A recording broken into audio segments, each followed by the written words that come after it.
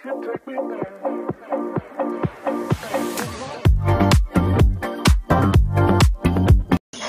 yo, what's up guys? Day number 19 natin sa No Social Media Challenge in just 30 days. So kahapon guys, day number 18, kakarating lang natin dito.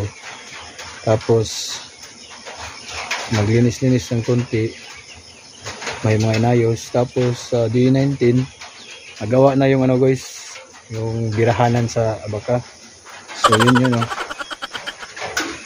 So pansin nyo kahapon, hindi pa nagawa. Ngayon tapos na. Papakita ko sa inyo guys. So ito na yun guys. Okay na yung birahanan guys, no. So yun. Tsaka yung isa guys nandun, no. So tingnan natin yung ano, isang birahanan.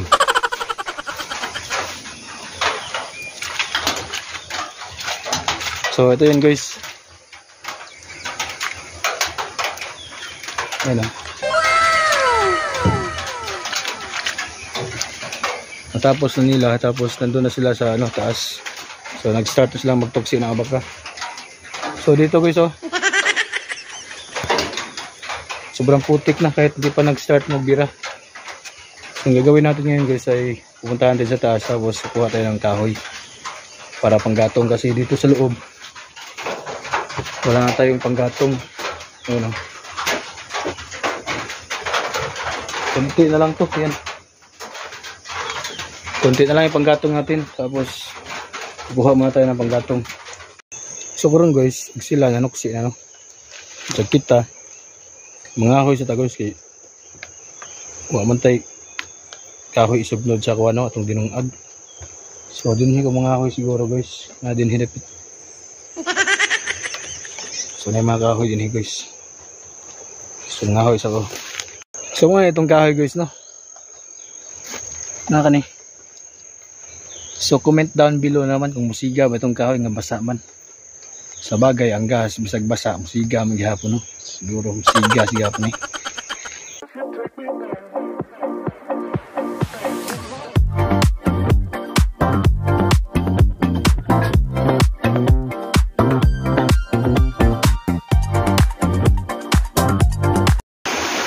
So yun guys, dito tayo sa ano no, igiba namin ng tubig.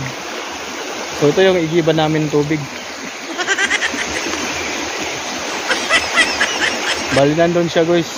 So ayan, tingnan natin ang malapitan.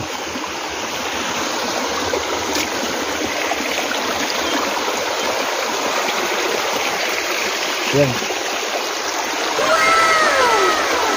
Dito kami nag-iigib ng tubig guys. Dito sa part na to.